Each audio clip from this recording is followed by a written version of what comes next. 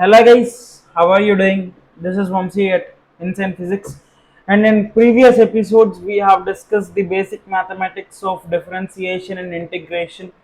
Here I brought you your favorite and the most toughest and most challenging part of physics, and the most useful part of physics is vectors. Am I right or wrong? For many of us, vectors is the most challenging part of physics. Yeah, so but if I am there, I'll be making it easy for you. It will be very easy. Be with me until the end of this session. I'll be making you a master in vectors. Today we'll be discussing until the analytical method of addition of vectors, that is after resolution of vectors. In the next episode we will be discussing about the addition of vectors by parallelogram law and triangle law. Okay, it will be and also Lomy's theorem and also dot product and cross product. I'll be just giving you small introductions, but in the motion in a plane chapter I'll be giving you an elaborate introduction on it. But I'll be teaching you full vectors within two parts only. Okay, guys, without any further ado, let's start our favorite episode of vectors. So, if you're all set, let's go with vectors today. Let's deal these vectors and let's finish it. These vectors, and from today these should not fear you. Okay, from today these should not fear you. You have to learn everything in the class, and I'll be trying to provide the notes for this vectors lesson. I'll be trying to provide you the notes for this lesson, either this handwritten notes or this lecture notes. Any one of the thing from this episode I'll be providing you. Okay, this is very clear. Okay guys, so let's start with vectors. First of all, talking about a vector. What is a vector first of all? A vector is a physical quantity. But what is a physical quantity? So, let's start with that. Let's start with the very basic of the basics. Okay, let's start with what is a physical quantity.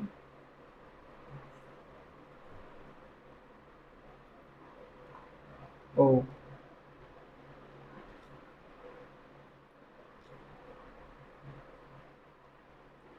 what is a physical quantity at all? Okay, what are we talking about? What are we talking about this term physical quantity which is written here? So we'll be discussing that a physical quantity. mm, a physical quantity, it is the thing that can be measured. Or wait, put it in this way. Put it in this way. Anything that can be measured is called a physical quantity. Okay, anything that can be measured, like say for suppose mass, say for suppose length, and area, the volume, anything that you can measure is a physical quantity. Anything, height means length only, distance means length only, so like that, anything that you can measure in the whole world is called as your physical quantity. In physics we divide the physical quantity into two parts. We divide the physical quantity into two parts. Okay, one is the very known thing to you, scalar. This is a very known thing to you. Next one is the vector, which we are going to learn today. Scalar and vector. A scalar is very known to you. It is just a number. The scalar is just a number. So it is does it does only have magnitude.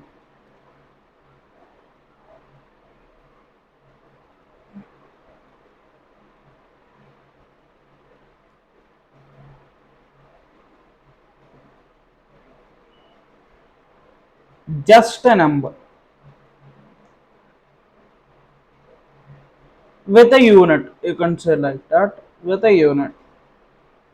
No direction. No need direction for this. No need direction for this. Example is mass. See, say for suppose you have a box like this type. So this is my mic box. Do not worry, no problem. You have a box like this, and its mass is something, say 20 gram. From which direction is this 20 gram? From which direction? From all directions. If you measure it from down, if you measure it from top, if you measure it from side, from this side, or at an angle, if you measure it at an angle, at all times this mass will remain as it is. That is your some 20 grams, I said, right? 20 grams. So same way, the length of this pen, remains, if it is 10 centimeter, it remains 10 centimeter. If you measure it from left to right or right to left, it will remain the same. It will not change. If you take it to the moon, if you put it in one angle, if you put it at an angle, if you incline it at an angle at the moon, on the moon also, it will not change. The length will not change. Mass will also not change, but weight will change. Okay, mass will also not change, but weight will change. So put the weight discussion aside. We'll be discussing about mass and length. Length and mass will not change of this pen. If you measure it from any side, length and mass will remain constant. So that is why it is a scalar. It does not have a direction. It has no work to do with the orientation of the object. Okay, mass, you can say length. Okay, you can say some volume. Volume of this whole room will remain as it is. Okay, but the other thing goes wrong with vectors. What is that goes wrong is this one. Vectors do have direction and magnitude. They do have direction. So let's write magnitude first as an convention, a magnitude and a direction. These both are not enough to describe a vector. There is another thing that is required, that is it should obey a laws of vector addition. I'll be discussing about this in today's episode on addition. Okay, are called as vectors. It should only not have the magnitude and direction. It should also obey the laws of vector addition. This is very important thing. If you can put a star mark, put 3 star marks there and write an example of current. See, current has a magnitude, it has a direction, but it doesn't obey vector addition, laws of vector addition. It does not obey laws, so therefore it is not a vector. It is not a vector. Okay, this is very important. If you can put stars, put 4 to 5 stars and write this example of current. Current is having magnitude, it is having direction, but it does not obey laws of vector addition, and therefore you cannot call it as a vector. Okay guys, clear? Are we clear with the definition of the vector? See, I'm teaching you from the definition of vector itself. I'm not directly diving into resolution of vectors, which is much important to you, but not. I'm teaching from the very basic definition of vectors itself to make you feel comfortable with the subject. Are you clear? Are we good to go? Now, give us some examples of vectors, then we will be believing you. Okay, okay. I can give you many examples of vectors. Everything will have etc. Right? So like that, I'll be giving you examples of some examples of vectors, and I'll be putting etc. Say for suppose force. How can you say force is a vector?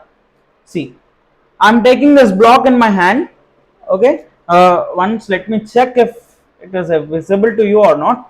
Yeah, I'm taking this block in my hand, and what I am doing is I am applying force from this side. To which side it is moving? Say for suppose I am applying 0.1 Newton of force. I am applying 0.1 Newton of force from this side of the block. But it is moving towards that side. Say for suppose this is the right hand side and that is the left hand side. If I am applying force on the right hand side, it is moving that way. It is moving right hand side only. But what I am doing is now I am applying the force, the same amount of force in the opposite direction. What it is doing, block is also moving oppositely. So what does this mean? This means that force is, or if you change the orientation of the force, it is changing its action. It is changing its action. So for action of force depends upon the orientation towards which you apply. If I apply the same amount of force, not the same amount of force, if I apply the greater amount of force from upside to downside, it is moving down. If I am applying a much amount of force which is more than this force of or weight of this block, it is coming up. I'm able to pick up this block. So what is it? It means that orientation of the force changes its action. Okay, orientation of the force is changing. Wait a minute, guys. Orientation of the force is changing the action of the force. It is changing the action of the force. So that is why force is a vector. Next one, if you take, displacement. Distance is an scalar, displacement is a vector. Displacement requires direction. Displacement requires direction and it also obeys laws of vector addition. But whereas the distance does not obey laws of vector addition, since it is not at all a vector because it is not having direction. It is not at all satisfying that second main important thing that is required for vectors. It is not satisfying at all. So how can you go for the next thing? It is not at all satisfying the vector which is main thing for the vectors, that is having direction. So that is why it does not simply obey laws of vector addition also. Next one is displacement, force, velocity. Velocity is a vector, speed is a scalar again. Okay, acceleration, acceleration. Okay, acceleration, torque, torque, etc. So I have given you many examples of vectors. Okay, these are the examples of vectors. Now let us see the representation. How do you represent a vector? So put the heading representation.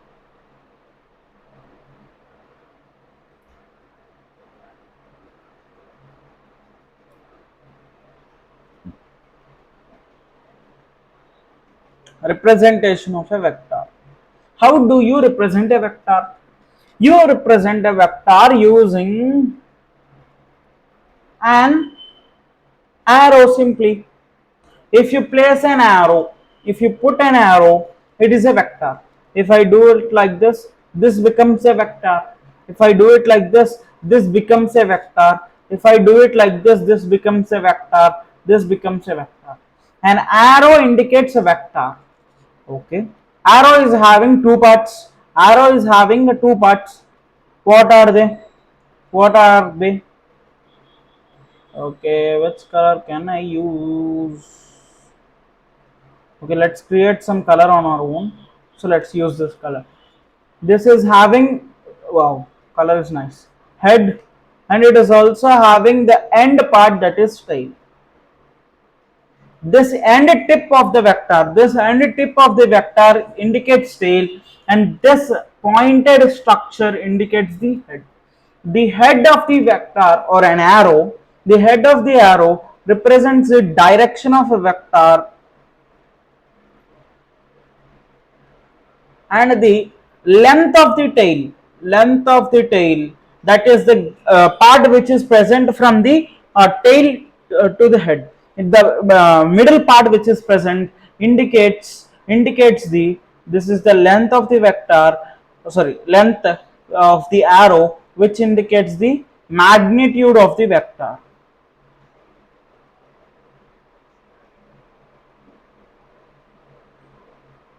Magnitude of a vector. Yeah, magnitude of a vector. Clear? Clear, guys? Picture clear? Yeah. Picture is clear very much, right? Now, how to represent a vector using a symbol? If you have a symbol, so I have a symbol, and I want to represent a vector. So in order to represent quantities, to represent certain quantities, we place an small dash or an arrow on top of on top of the on top of its symbol, on top of their symbols. Small dash or an arrow. This is a small dash or an arrow which we are presenting, which we are putting on the top of the symbols of this physical quantities, certain physical quantities, does not represent the magnitude of the vector. It does not indicate the magnitude of the vector, but it says that that physical quantity which is possessing that symbol is a vector. If you consider force, if you consider force, see, if you consider force, this force is represented like this, F bar. But this one, it does not indicate, or like say it as some in poetical manner, it does not symbolize magnitude. It does not symbolize the magnitude, but it is just a representation that F bar means this symbol F is a vector, means the quantity which is containing symbol F is a vector. The what is the quantity that is containing symbol F? It is your force. Force is a vector. So same way, if you take displacement, we have different symbols for distance and displacement, but we are continuing one symbol, that is S bar, or you can say X bar. Okay, you can also say for velocity, you represented by V bar. Ask acceleration, sorry, acceleration, you represented by A bar. Okay, torque, tau bar, torque, tau bar. Okay, this is the representation and these are the vectors. Okay, once go through the definition, and then that's one. Once fast, quick revision, go to this definition. I'll be moving on further. Done. Go through this representation. Okay, done. Can I move? Okay. So now we'll be talking about the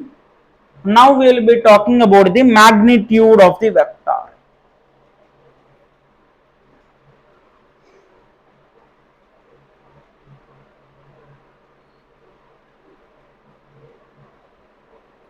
Okay, magnitude. See, I'm going very slow, this topic is a bit hard to understand, so that is why I'm going very slow.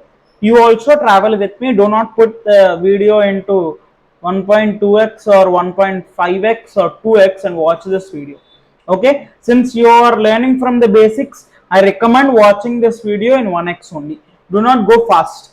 If you are in pro, go fast. Okay, no problem. If you are revising this concept, you can put it in 2x and visit it or see this video. But if you are in basic starter, please start from this. Please come with me. Please let us travel together. Okay, I'm saying the magnitude of the vector. Magnitude of the vector is a scalar. Why? Why? Because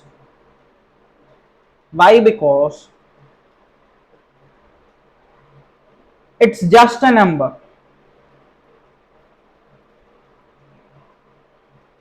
It's just a number. It is represented with modulus. Okay, if you take a vector quantity and if you put modulus, it represents a magnitude.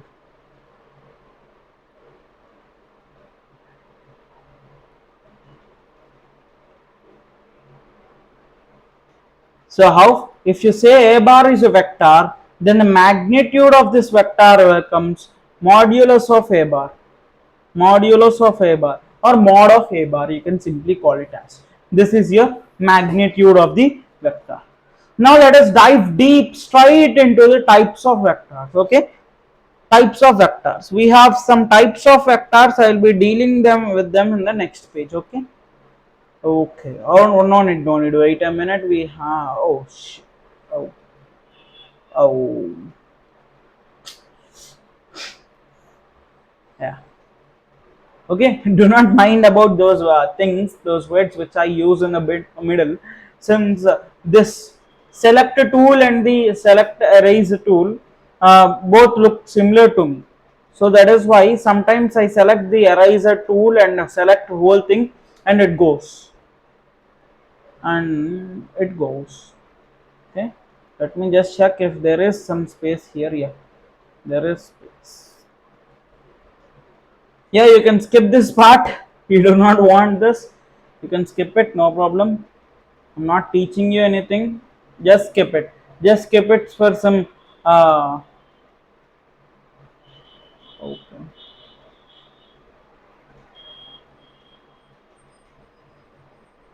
just skip it for some 10 seconds. Okay, this will take 10 seconds of time.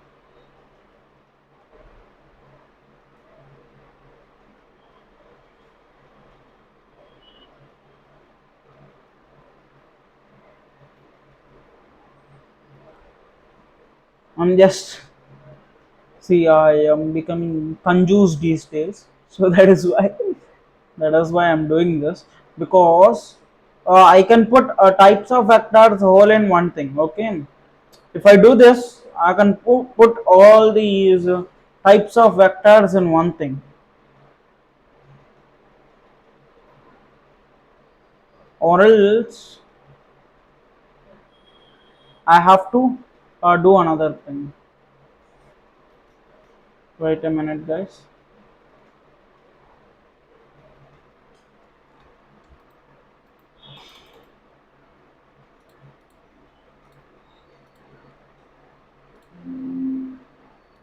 Yeah, okay, have to do this. Have to do this.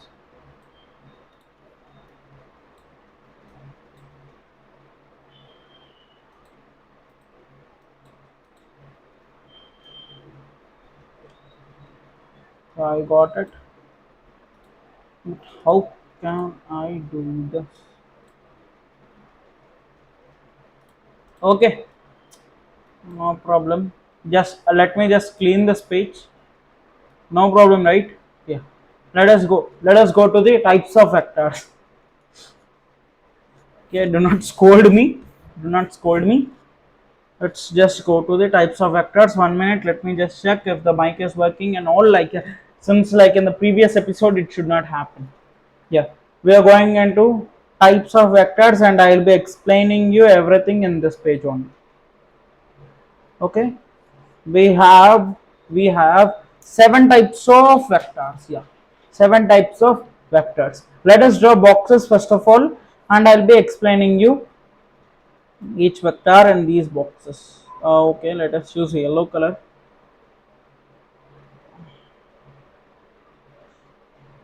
Let us change the color to black only, no problem. Yeah,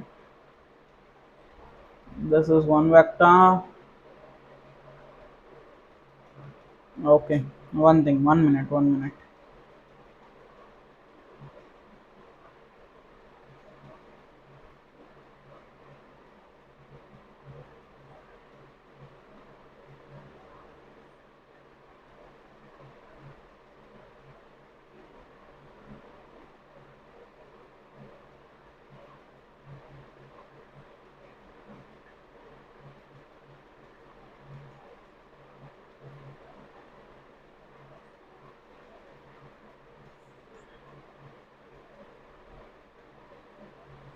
And last thing is here. Okay,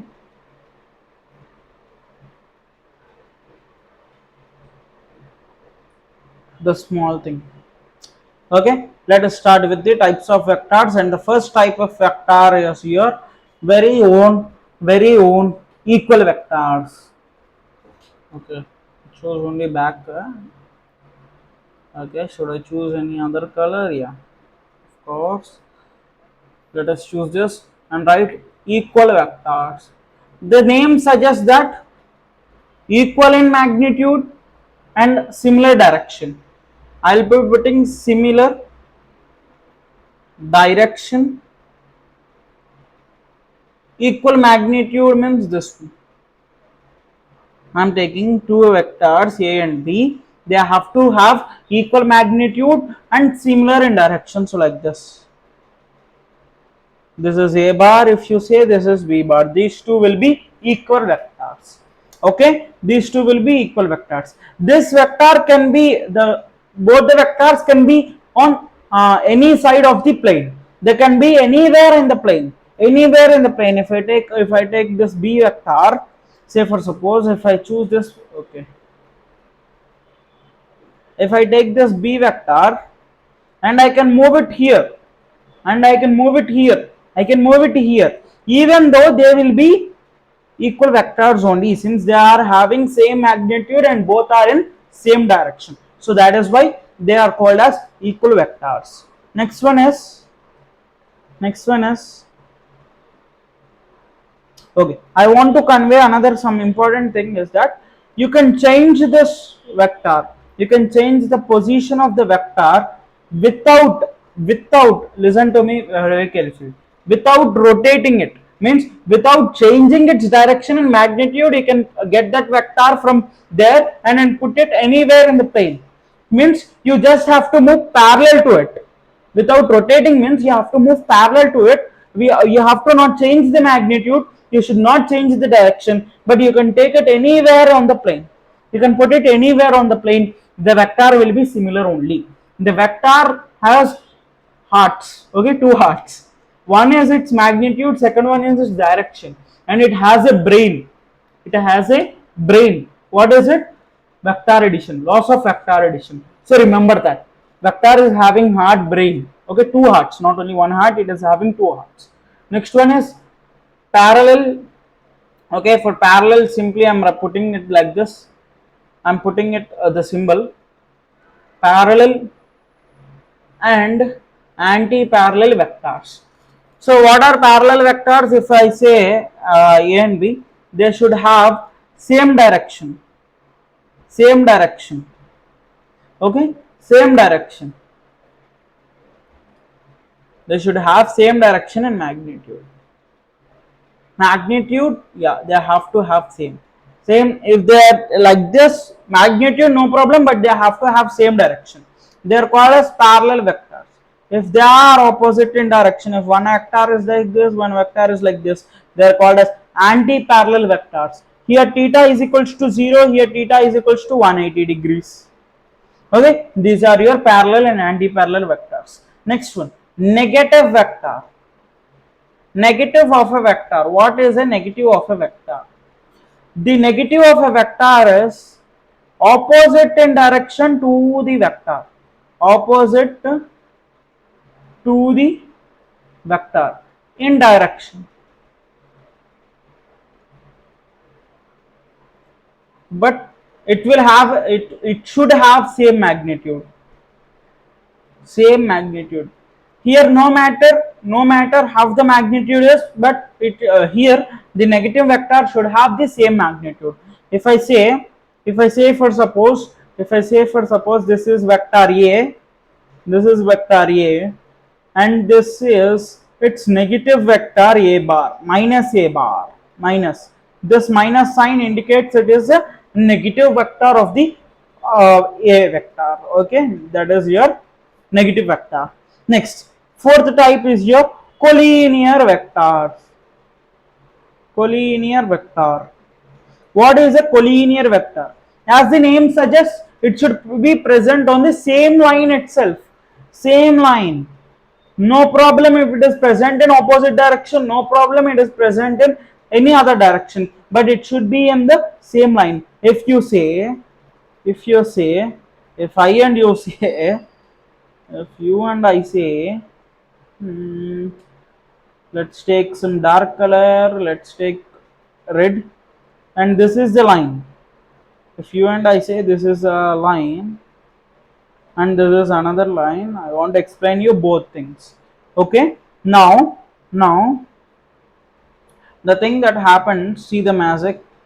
This vector A, say for suppose, and this vector B, both are collinear in nature.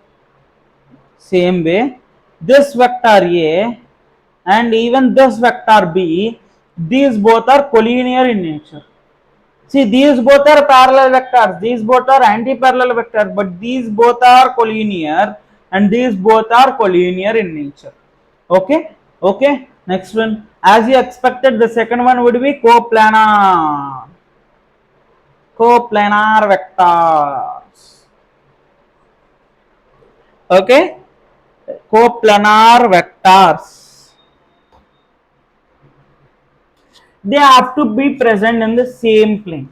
They have to be present in the same plane. If I say this is xy plane, then the vectors present in this plane at any place become coplanar vectors. Okay, got it? These are the coplanar vectors. This is your fifth type. Next one, unit vectors, as you expected. Yeah, unit vectors. Unit vectors, as the name suggests, magnitude is 1. About this unit vectors, I have to discuss in the next slide. Okay, I'll be discussing there in more detail. Okay, 1 minute, let me check the time of recording. It has become half an hour. No problem, we will be sitting for 2 hours, 3 hours, how many hours? Today we will be completing till resolution. Next one is null vector, as you have been thinking about it. Null vector, magnitude is 0. Magnitude is 0. Okay, magnitude is 0 of a null vector. Okay, clear?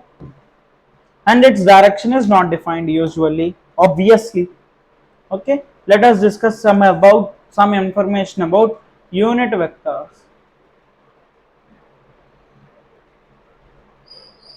See, unit vectors, their magnitude is absolutely equal, it will be 1. Absolutely it will be 1, but they indicate the direction. Okay, direction, and they are represented by, if you say any vector a bar, then its unit vector is represented by a cap or a hat. This is called cap or an hat on top of it. Cap or an hat on top of the vector symbol. Okay, those are called unit vectors. If you take coordinate axis, if you take coordinate plane,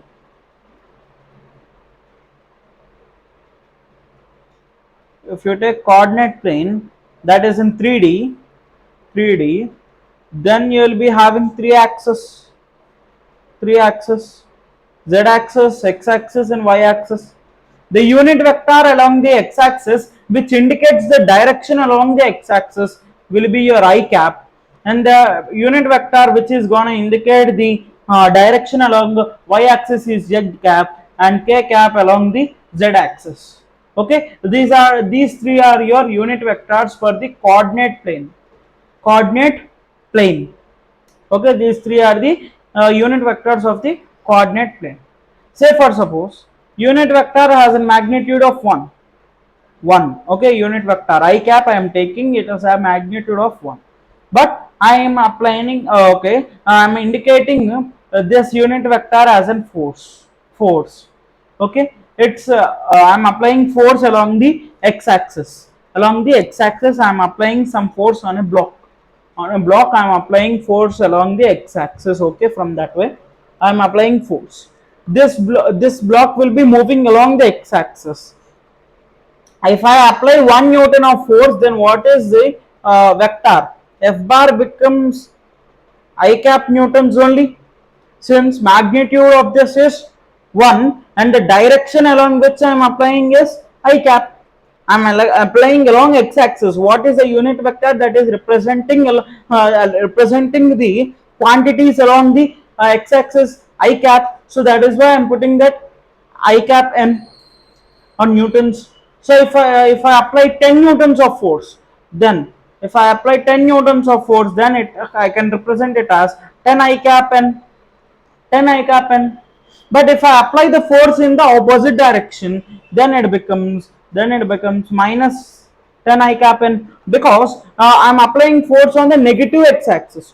All throughout the x axis, the thing which is representing the unit vector which is present is I cap. But if I move it up in the positive x axis direction, it is plus I cap. If I move it in the negative x axis direction, it is minus I cap. If I apply the force along the y axis, it is plus j cap. If I apply the force along negative y axis, it is minus j cap. If I apply the force along the z axis, it is positive k cap. If I apply the force along the negative z axis, it is your negative k cap. Simple. That simple is unit vectors. Okay, unit vectors are that simple. We have assigned these unit vectors to this coordinate axis. There is no sense in assigning this, but they have assigned as a convention. We are learning them. Okay, clear about the unit vectors. Okay, okay. Now, what if, I'm very curious to know, what if we multiply a scalar with a vector? We are discussing them separately. Multiplying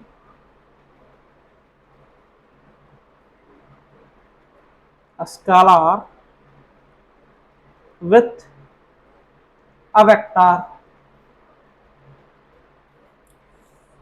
Multiplying a scalar with a vector. I'm very curious to know. Say for suppose this is okay. Say for suppose this is a vector a bar. Vector a bar. It is having magnitude 1. Magnitude of vector a bar is 1. Okay, something, it is a vector, it is having a magnitude of 1. What if I multiply this with 2? Then its magnitude gets doubled. Its magnitude gets doubled. This becomes 2a bar, but the direction remains same. Direction remains same. What if I multiply it with half? Then its magnitude reduces to half. A bar by 2, but the direction remains the same. The direction remains the same. If this is an x-axis, then it becomes I cap, this remains I cap, this remains I cap. Clear? If you multiply a scalar with a vector, then the magnitude changes accordingly, but the direction remains same. Okay, got it? Got it? Next one. Next one. This is a small concept, that is your angle between vectors. I don't know why many people fear of this angle between vectors. This one, if you understand it, this is very simple. Very simple. I'll make you understand this. See, I'll be making you understand this angle between vectors very simply. See, it is nothing but it is the smallest angle. You have to take the smallest angle anyways. Anyways, you have to consider the smallest angle. If you would either take, if you add up two heads, if you add up two tails, or what, if you add up one head and one tail, you have to consider the smallest angle between them. You will be only getting the smallest angle when you add up two heads or two tails. If you add, or two tails, or if you add up two heads, or else if you want to add one head and one tail, then you will be getting the longest angle between them. Okay, you will be getting the longest angle between them. So that is why, remember the word smallest. Smallest comes when tail are joined, or when head is joined. Okay, like this. This becomes the angle between the vectors, or this becomes the angle between vectors.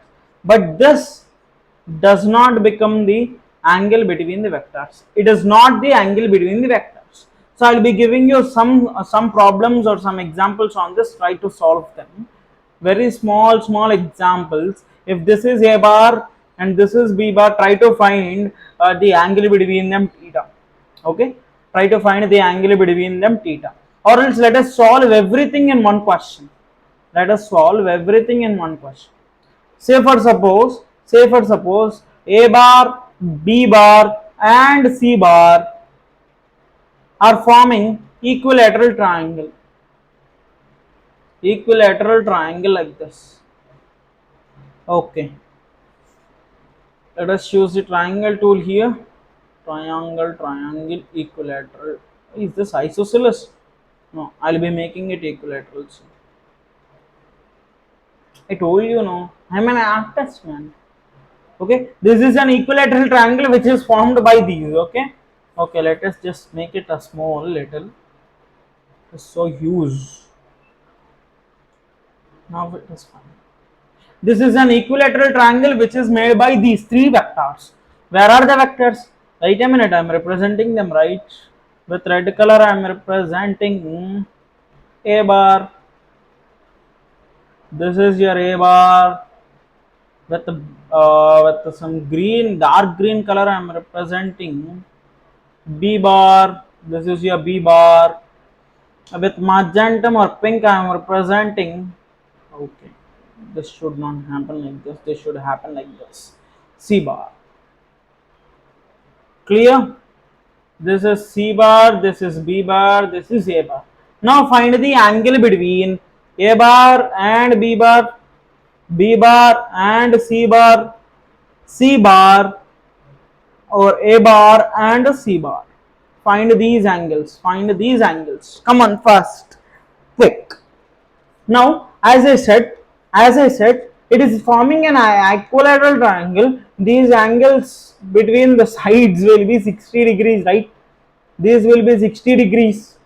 If these are 60 degrees, are these the angle of the vectors, angle between the vectors? No, they are being joined as one head and one tail. You have to join either two heads or two tails. Now what you can do, you can just move the vectors parallel, as I told you, you can just move it parallel. I'll be making this, wait, I'll be making this, I'll be putting this aside and I'll be erasing this. So I'll be erasing this and I'll be making this small. Okay, I'll be making this small and moving up. Move it up and make it small. And now get this here.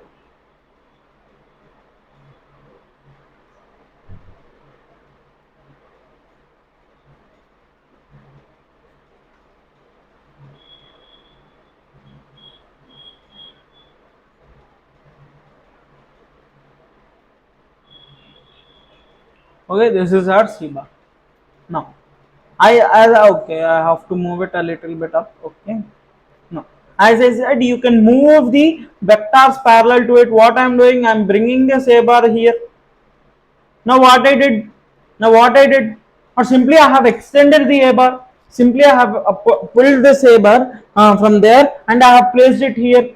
I have placed this A bar from here and I have placed it here. What I did, I joined two tails and this angle can be the angle between the vectors. This angle can be angle between the vectors. If this is, what is this? This is an straight line and the angle of straight line is 180 degrees, and this will, if it is 180, this is total is 180, this is 60, so it becomes 120. So angle between A and B becomes 120 degrees. Completed our first task to find the angle between A and B. Completed it very successfully. We have completed this first task. Next one, let us try for B and C. B and C. For trying for B and C also, what I will be doing is I will be bringing the C here. I can either join two heads or two tails, right? So I am joining two heads. Now this becomes the angle. This can act as an angle. Same 120 degrees. If this is 120, if this is 60, this is also 120. Next one, let us try to find, this is also 120. Let us try to find the angle between A and C. For that I have to move this C again up. Okay, for that I have to move, I have to first erase this. and then move this C up. Move this C to its original place, move this A to its original place. Next one, I have to pull this down. Now, what I can do is, I can get this A back, I can get this A back simply like this. So if what I did, I again join two heads, this will again be 120. 120. So that's it. So that simple is it. That simple is the finding the angle between the vectors. So I have completed your angle between the vectors in one question. You can move the vector parallel to its original position anywhere on the plane without changing its direction and magnitude. You can move it anywhere on the plane, no problem. Okay, that you have to remember, and you can solve the questions very easily based on the angle between the vectors. Okay, clear? Can we move ahead, or else should I give you another question? Okay, for making you comfortable, I am giving you another question. This is the last question. I do not want to make waste time on this. I have to consume a time here, or sorry, I have to save time here, and I have to put it on the resolution of vectors. Otherwise, you leave me and go. You leave me and go. Yeah. Okay, I'm taking a big. Okay, no need this big. I'm just joking. I'm taking a square, cube. Sorry, not cube. A rectangle like this.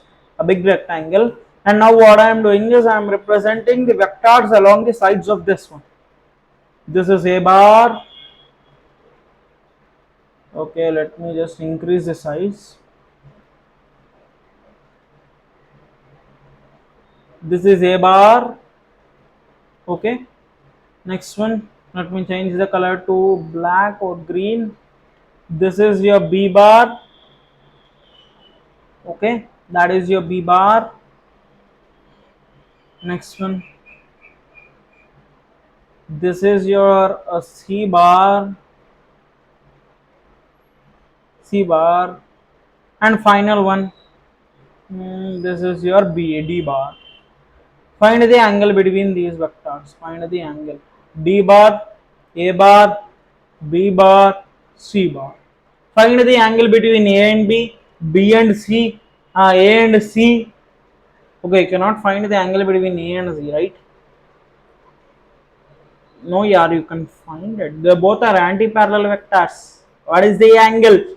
A and C, they both are anti-parallel vectors. See, A and C and B and D. These both are anti-parallel vectors, so the angle is 180 degrees. Yeah, they both are anti-parallel vectors. How is it? How it is 180? So as I said, I can move this vector here. So it is a linear angle. What is the angle between them? 180 degrees. It is a straight line. So 180. I have made simple. Now you have to just find the angle between A and B. Find these A and B and C, A and B, and B and C. Okay, BD is this one, AC is this one. You can also find A and D, A and D, and D and C. Find these angles. Your work will be very simple. Your work will be very simple. As I only told you, this is a rectangle. These angles are 90 degrees. These angles are 90 degrees. So what I can do? What I can do simply? Can I? Okay. Let me just make it small and place it that way. What I have to do? Tell me fast. I'll be making it small.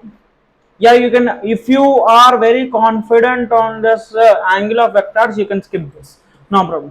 First one, let us find the angle between A and B. What I can do, I can get this vector this way, right? Or else put this here and get this B vector this way. Your work will be very simple. This is 180 degrees, this is 180 degrees, this is to 90, this is also 90, this is 90 degrees. Next one, placing B bar in the same position. Now B and C, bring this vector here, C vector. This is again 180, this is 90, and this is also 90 then. So this is the 90. Next one is A and D. What I can do? I can get this here this way. This is all 180, this is 90, and this is 90 again. This is also 90 degrees. Yeah. Next one. D and C. Bring this D here. Bring this D here. This is all 180, this is 90, this is again 90. Am I right? Am I right? 90.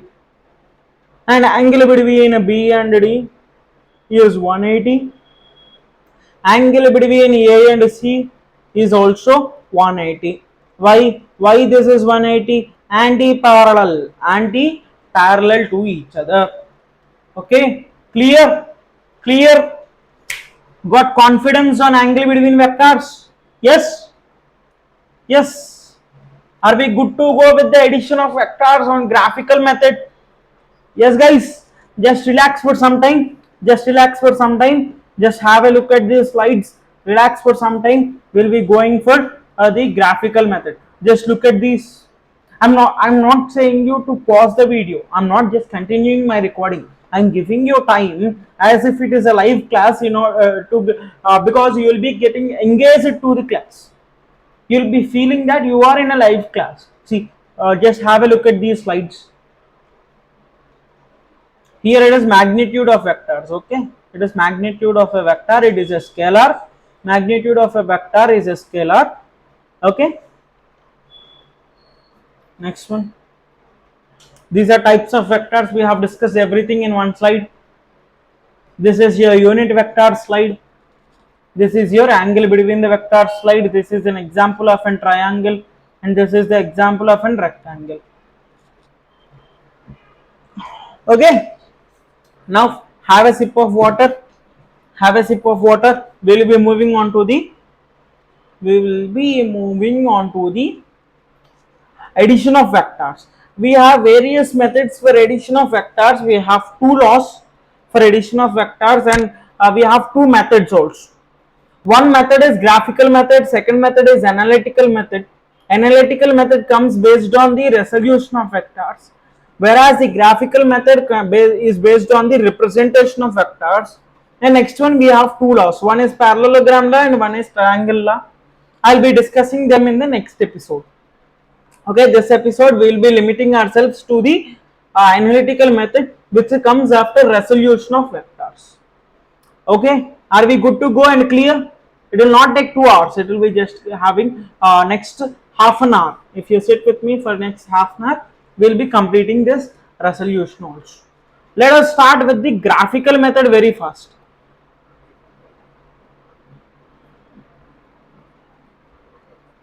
Of addition.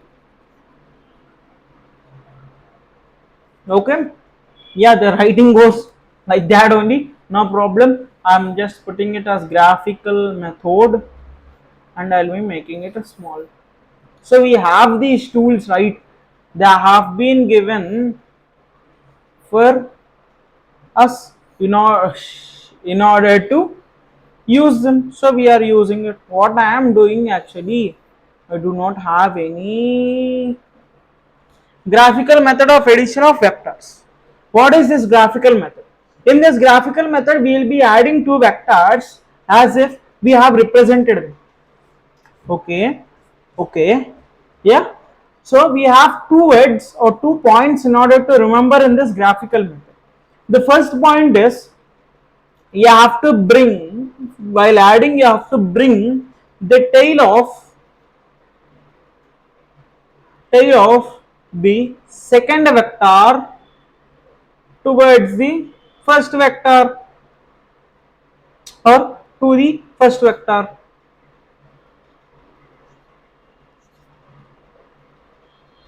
to the head of the first vector. I hope you will not be able to visible this one, this part. I'll be bringing it. Okay,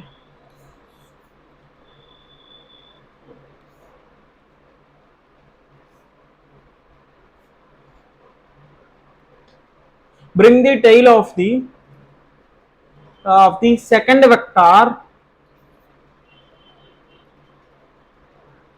to the first vector to the head of first vector.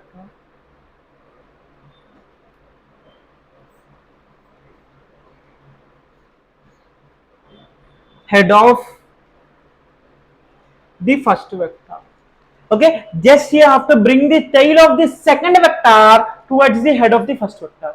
Say for suppose if I am adding up a plus b, then you will be getting c bar something. This c bar is called as a resultant. Resultant. Resultant, it is a result of the it is the result of the addition. If a bar is like this and b bar is somewhat like this, okay, a bar is like that and b bar is like that. Now what you have to do according to this point is you have to bring the tail of the second vector. You are adding first vector is a, second vector is b. You have to bring the tail of this second vector towards the, okay,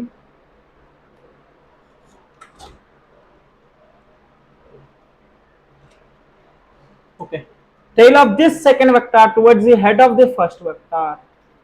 Now what happened? What has happened? B bar has come here. B bar has come here. So you have to do this. You have to do this. In order to find this resultant C bar, you have to follow the second point. That is, you have to draw an arrow. Draw an arrow from tail of first vector to the head of second vector. Okay, just you have to join these two ends. How you have to join from this tail? You have to start from this tail of the first vector and you have to draw an arrow towards the second vector head. So this gives you the resultant C bar, that is first vector plus second vector. Anywhere if you see the C bar, it means not like C bar. If you see A plus B, A bar plus B bar, then it results in a resultant, which is, it is also an arrow. It is also represented by an arrow, which is drawn from the tail of the first vector. Remember this, from the tail of the first vector towards the head of the second vector. If you find an arrow from the tail of this first vector towards the second vector, then you can proudly say that it is a resultant which is which has arrived or occurred due to the addition of first vector towards the to the second vector. You can proudly say that. So that is the thing. This is your graphical method of addition. This is your graphical method of addition. But what if you have to do subtraction? What if you have to do subtraction? Subtraction is also much easier than addition, or it is simply like addition. Okay, let us practice a few sums or few questions on addition. Then you will be free in addition. Okay, then you will be free in addition. If this is A bar, this is B bar, A bar to B bar, find A bar plus B bar, which results in C bar. Find the resultant C bar. Okay, go with the first rule. Go with the first rule. What you have to do? You have to bring the tail of the, okay,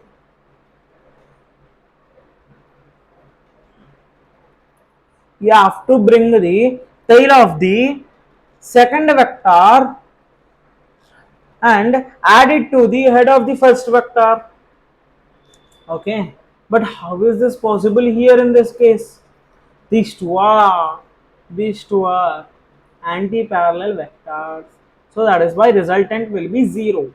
Resultant will be 0 because if they are of same magnitude, if they say for example, okay, think for some time, they are of the same magnitude. Both A and B are of same magnitude and they are in opposite direction, or they are anti-parallel vectors, then the resultant will be 0. Okay, resultant will be 0. So that is why, let me give you this. Let me give you some other question for practice. If A bar is like that and B bar is like this, find A bar plus B bar, which results in C bar. What you have to do? You have to bring the tail of this second vector and attach it to the head of the first vector. After that, you have to join the second the tail of the first vector with the head of the second vector with an arrow. Then you will be getting this resultant c bar, which is equals to a bar plus b bar. Okay, clear? Clear? Picture clear? Hey, yeah, my. Yeah, very clear. Okay. Now let us bring subtraction into play. Let us bring subtraction into play using graphical method only. Using graphical method only. So see, you have to find c bar is equals to a bar minus b bar. You have to do this. You have to do c bar is equals to a bar minus b bar. You have to find the resultant for the subtraction between two vectors. I can simply write this as like this. Am I right or wrong in doing it anyway? I can simply like this write it as like this. If you go back to the types of vectors, if you go back to this slide, you know this is a negative vector. If it is having a minus sign in front of it and it is having same direction, so opposite in direction and same magnitude as if its original vector, then it is a negative vector. So here minus b bar is a negative vector of a b bar. So what you have to do, you have to just reverse its direction by subtracting it, and you have to add both. So see, if this is an a bar and this is b bar, you have to find c bar is equals to a bar minus b bar, not a bar plus b bar. Here we have to do, this can be represented as like this simply. So in order to find the negative vector, what you have to do, you have to reverse the direction of the positive vector or the original vector. For that, you select this b bar and then you reverse it. Yeah, you reverse it. This becomes b bar now. What? B bar? No. It becomes minus b bar. Now you have to follow the addition rule, that you have to bring the tail of the second vector towards the head of the first vector and then add up them up like the addition only. So this way it goes like that, and you have to draw the arrow from the tail of the first vector towards the second vector, and this results in a bar minus b bar. Finish. Your job is done, because you have converting the subtraction which is given into addition by using the concept of negative vector. Using the concept of negative vector, you have converted the subtraction into addition, and you have done it. It is that simple. It is that simple. Now let us move on to the laws of vector addition. From the starting side, I have been telling it has to obey laws of vector addition. What are these laws of vector addition? You already know these laws you already know, but it is not a big deal. It is your first one is your commutative law. Don't you know commutative law? It is some sixth class maths, I hope. Commutative law. What is commutative law? It means a bar plus b bar should be equal to b bar plus a bar. Okay. Okay. If it is a vector, it should obey this commutative law of vector addition. Let us check how it is. See, if this is a bar and this is b bar, find the addition product, not resultant between them, a bar plus b bar. Find a bar plus b bar. I'll be simply moving this here, and it will be this one. This is c bar, which is a bar plus b bar. And similar way for this, you find for this this becomes b bar, right? B bar becomes the first one. This is b bar, and this is the a bar. Now what you have to do? You have to get the tail of the second vector towards the head of the first vector. Place this here. Okay. Just wait a minute.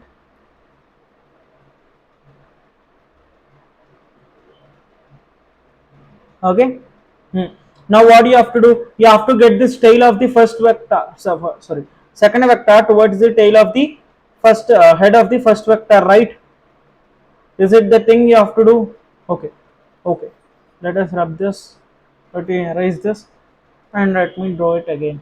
If this is your b bar, say for suppose this is, becomes your b bar, or else take this only b bar, the horizontal line b bar, and this is your a bar. A bar, you have to bring the tail of the a bar towards the head of the b bar. Am I right or wrong? You have to bring the tail. Okay, I have shortened the magnitude, I'm sorry. I'll be shorting this also.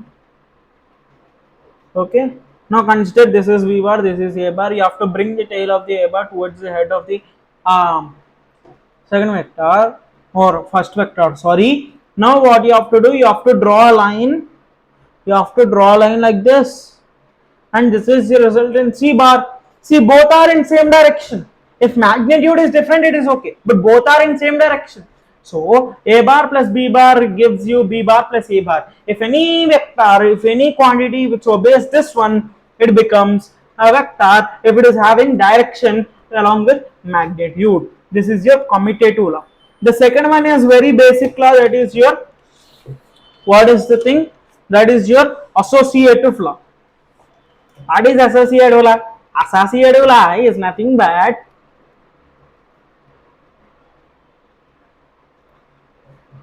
Associative law is nothing but P bar plus Q bar plus R bar is equals to P bar plus Q bar plus R bar.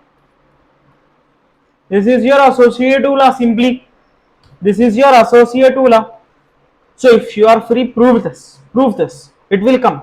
See if this is your P bar, let me only prove. If this is your P bar, this is your Q bar, and this is your R bar, this is your P bar, this is your Q bar, and this is your R bar. What you have to do? You have to first add Q plus R, Q bar plus R bar. I have already added them. Yeah, but I have to draw a resultant line like this. This is Q bar plus R bar. Am I true? Now you have to add this Q bar plus R bar to this P bar. I have already added, but you have to draw a line like this. This is P bar plus Q bar plus R bar. Yeah, similar way, if you prove this, it is P bar plus Q bar plus R bar. Now this becomes the resultant C bar of P bar plus Q bar. Now after add this P bar plus Q bar to this R bar, I have already added it. Just have to draw this line. See, this is similar. So this is associative law. Addition obeys associative law, but subtraction does not obey either commutative law or associative law. It neither obeys commutative law or associative law, nor associative law. What? Subtraction. But addition obeys both.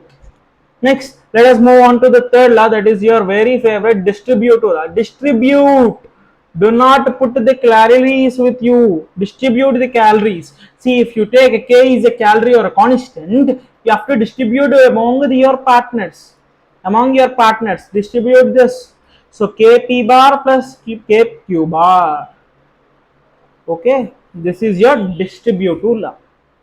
Okay, but subtraction of vectors only obeys subtraction only obeys this obeys okay, let us write obeys distributive. It does not obey the other three. Beautiful. It does not obey the other three, other two, commutative law and associative law. It does not obey, but addition obeys all the three.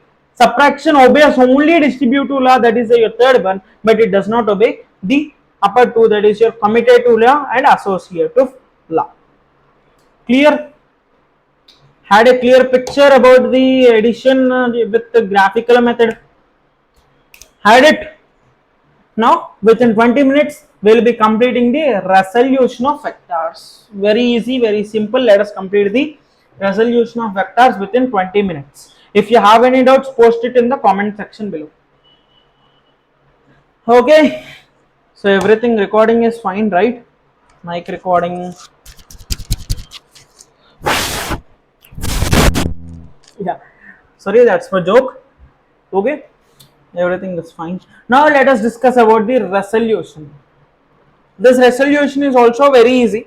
Why do we at all resolve? First of all, again consider our mic box only. Then this is your platform. Okay, let me take this as platform. This is my mic box. What I am doing is I am applying force this way. It is moving like this. It is moving. It is moving like this. Whole force is being used by this block in order to move it horizontally. But at a point, if I apply like this, force like this, the whole force is not being used by it to move. Some part of this force is being used to lift the block up, and some force is able to move this. A part of the force which I am applying tangentially or at an angle to the surface, it is being used to lift the block, and the other part is being used to move it. So it is not the full force which is using. It is not the magnitude of the full force which is used to move it horizontally, but it is only the part of a magnitude which is being used. So we resolve this. We resolve this force which is applied at an angle, and we find the components of it, which you know which have the full effect on horizontal motion as well as vertical motion. Okay, this resolution we only follow the rectangular resolution of vector. Okay, resolution of vectors into rectangular components. Rectangular components, that is your cos theta and sin theta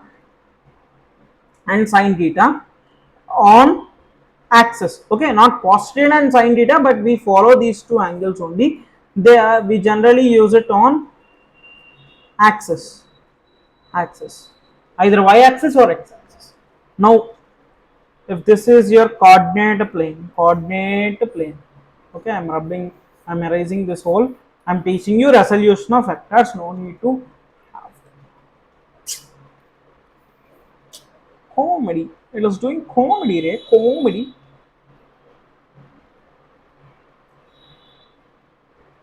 Okay, this is your y-axis. Yeah, and this is your x-axis. Y-axis to x-axis. This is your origin, and if for suppose I apply a force or any quantity like this, now if I want to find its effect fully, on the horizontal axis or on the vertical axis, I just resolve it into two rectangular components, on the x-axis and on the y-axis. Say for suppose this angle is theta. Okay, this angle is theta. For this we use two angles of trigonometry, that is your cos theta and sin theta. We use these two. So on the x-axis, what is the unit vector that we represent? That is I cap or I hat. On y-axis it is j cap or j hat. Yeah, on y-axis it is j cap or j hat. Yeah. Now if I just put this, it is I cap and it is j cap. Yeah, if I just draw a dotted line like this, if I draw a perpendicular like this value is y, this value is x, this is x, this is y. So it is y j cap if I want to represent it as a vector form. It is y x I cap if I want to represent it as a vector form. This is theta. We have these two. So if you use the law of vector addition, what it does say, this is your this one is your component, and this is the component. This is one component and this is other component. As per law of vector addition, they have been added.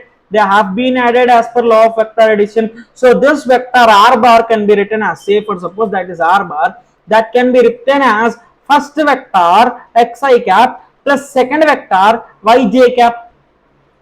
This can be written as this one. This is already added. This is already added. See, as per the directions which I have shown you, this is already added, right? This is already added. This is the first vector. This is the second vector. You add it and you get this resultant r bar here. Yeah, that you get that resultant r bar there. Now, what can you write that resultant r bar? It is x-axis xi cap plus yj cap. Both are the vectors. Two vectors. Now we have an angle this way. This is a triangle. Now if you put trigonometry to use, if you use cos theta is adjacent by hypotenuse, adjacent by hypotenuse, or base by what you call hypotenuse, base by hypotenuse. So base is xi and hypotenuse is your r bar. Okay, so simply you can put it that r bar there, r cos theta is equals to x. Okay, not xi, x. Okay, simply.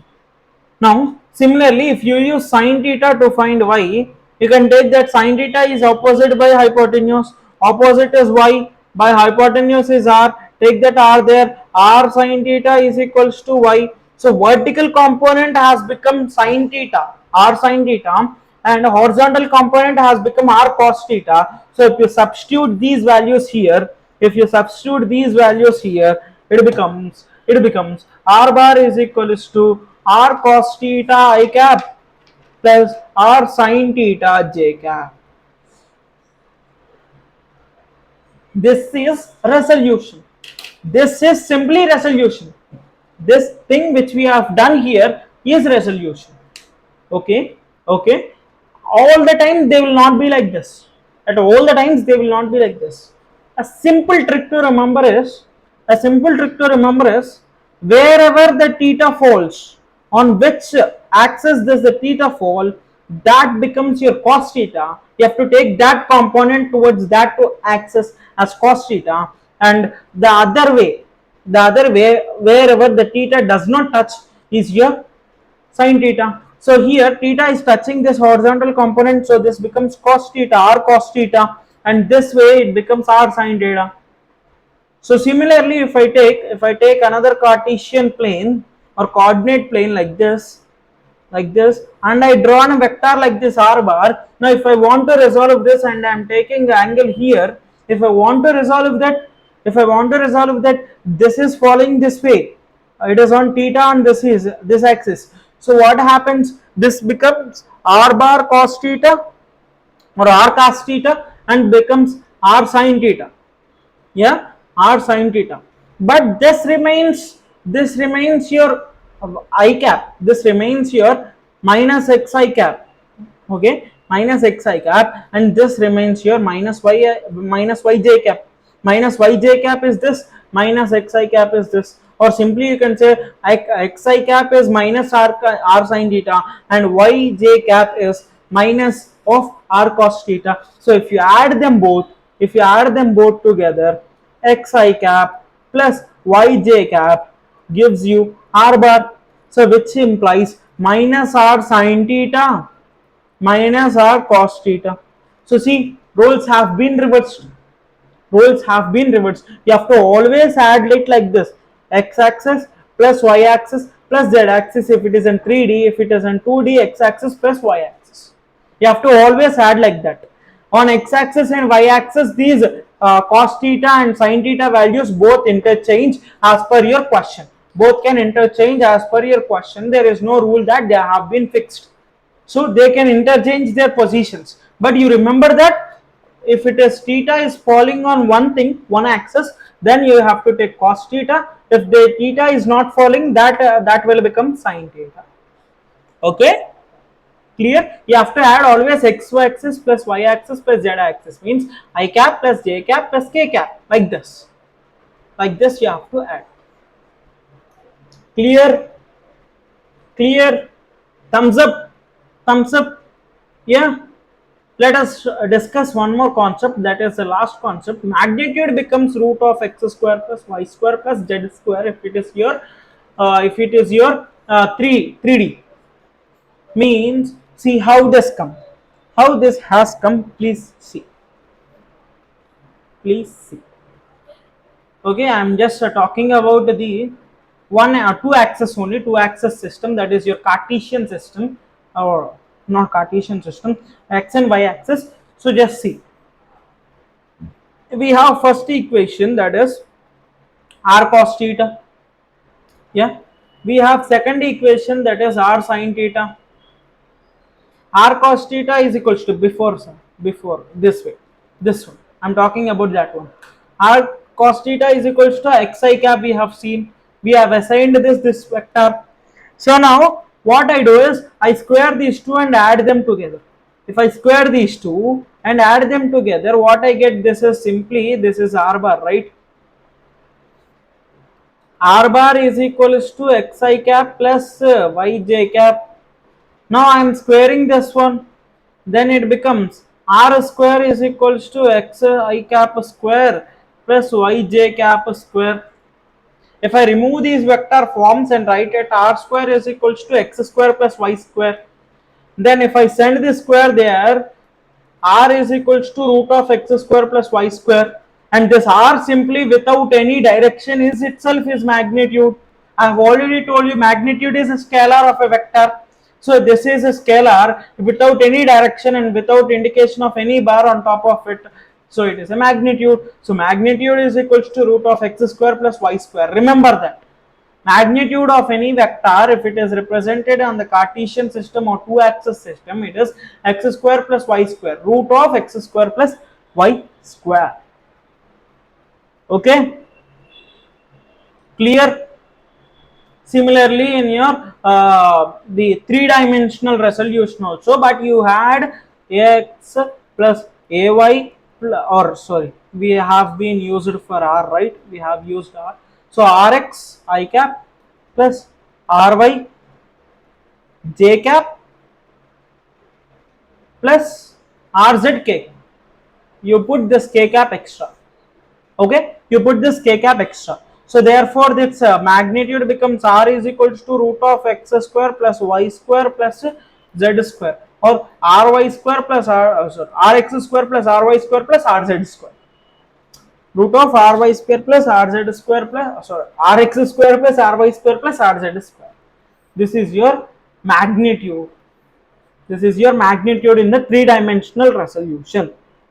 Clear? That is your two-dimensional resolution. How to resolve vectors? It is clear. Is it clear? I'll be giving you one sum. Then you will be perfect in that. Not only one sum, we have three sums, 3 to 4 sums. I'll be giving you them. You'll be perfect in the vectors concept now. Resolution mainly. Say for suppose this is some block which is placed on some platform, and this weight acts downwards, and I'm applying force at an angle. Okay, say at an angle, I'm applying force like this at an 60 degrees to the horizontal. 60 degrees to the horizontal. Now resolve this and find the resultant things, resultants. How you can find? See, as I said, the axis which is, first to draw the x and y axis. This is y axis, this is x axis. The axis which is touching the theta is your cos theta. It becomes your cos theta. So if it becomes f cos 60, and the axis which is plane without touching the angle, is becomes your f sin theta or sin 60. Sin 60 is root 3 by 2f. Sin so cos 60 is 1 by 2f, f by 2. So this is the sum. How can you solve this? This helps. Sorry, we find the use of this resolution in motion in a plane and the laws of motion, Newton's laws of motion. So if I place a block on an inclined plane, if I place this on an inclined plane, see, I'll be telling you one trick for finding the angle between them in the inclined plane. You'll be not given the, you'll not be, sorry, you will not have the value of this theta between them, between the vectors, but you will be having the inclination angle.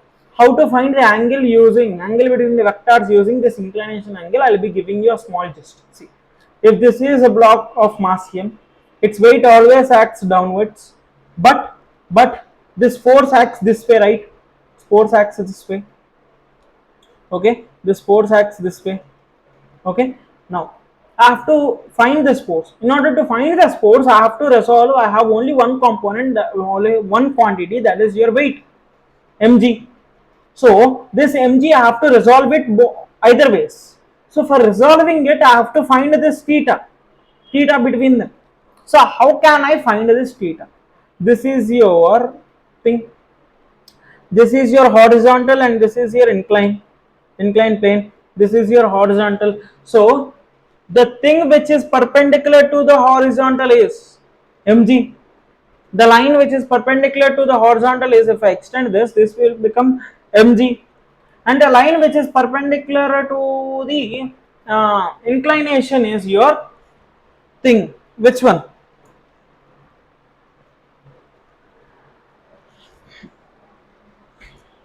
And the line which is perpendicular to this, if I draw x-axis like this and y-axis, the thing which is perpendicular to the inclination is your y-axis. This becomes y-axis. So as the angle between the horizontal and the inclination is theta, and angle, therefore the angle between the perpendicular also becomes theta. Angle between the inclination and horizontal is theta, therefore the angle between their perpendicular also becomes theta. So what are the perpendiculars for this? Perpendicular for the inclination is your y-axis this way, and the perpendicular for the horizontal is mg this way. So these both act as perpendiculars to each other, so this becomes theta. This angle also becomes theta, and now it becomes very simple for you to find the components. If this is theta, this becomes mg cos theta, and this becomes mg sin theta, and mg sin theta is the force which is pulling it down. Come down, you idiot, come down, you idiot. This is the inclination, and what is pulling this block? Okay, my hand is having some friction. If I take this one, who is pulling this block? This mg sin theta. If this is the theta, if this angle of inclination is theta, then the mg sin theta is pulling the block down. Okay, clear guys? So this is your resolution. This is your resolution. If you have any small doubt, also you can post it in the comment section below. I'll be responding to it.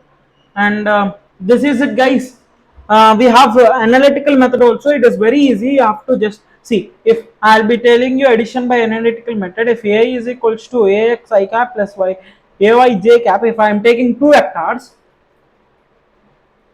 az k cap, and b is equals to br is equals to bx I cap plus by j cap plus by bz k cap.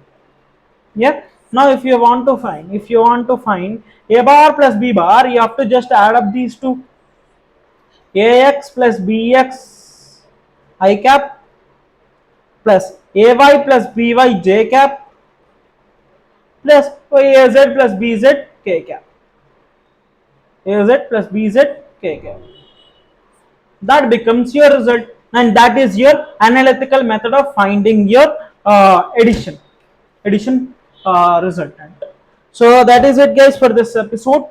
This is your episode number 3 on your AGNI series, and this is vectors. We have dealing with vectors, and we have completed till resolution, and we have 3 laws remaining. One, it is the Loomis theorem, one it is your parallelogram law, and triangle law of vector addition. I'll be covering in the next episode then. Okay, this is Vamsi signing off. As I said, I have completed this video within 1 hour 30 minutes only.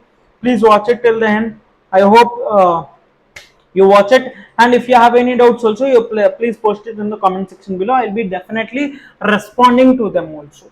Thank you, guys. This is Vamsi signing off. Bye bye. Have a great day further. Thank you.